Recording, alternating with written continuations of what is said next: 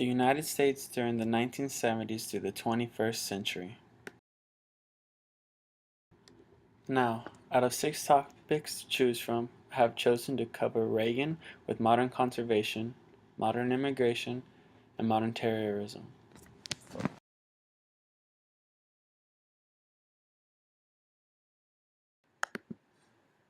Conservatism is a social philosophy that promotes retaining traditional social institutions in the context of the culture and civilization.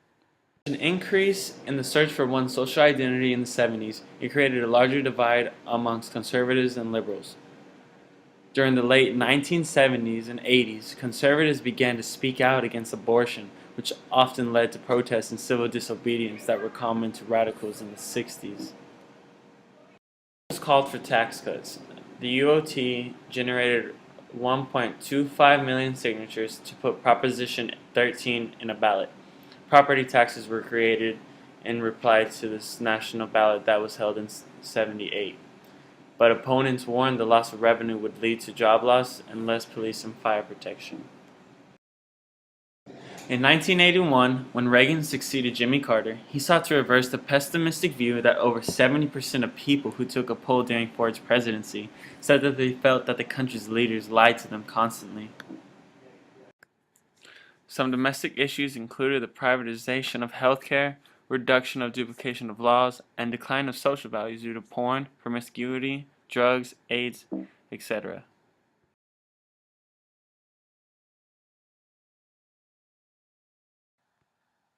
Within the past 4 decades, the once tiny population of Vietnamese immigrants in the United States has grown into one of the country's largest foreign-born groups.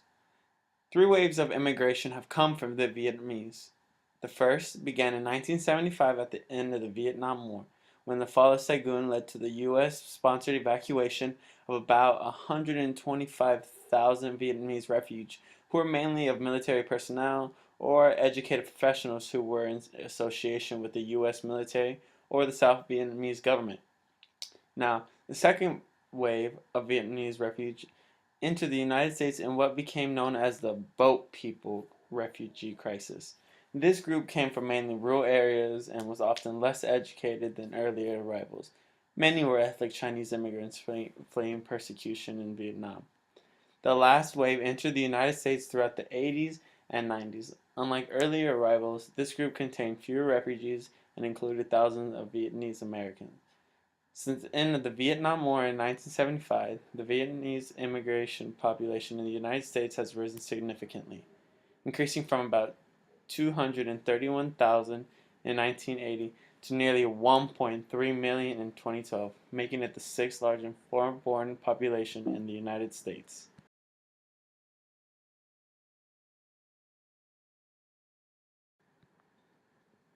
We felt no one would ever try to come after us. We were caught off guard. It hit us right where it hurts.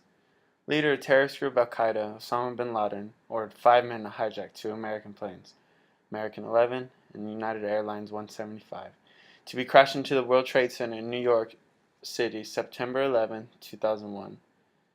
It called for a state of aggressive American foreign policy.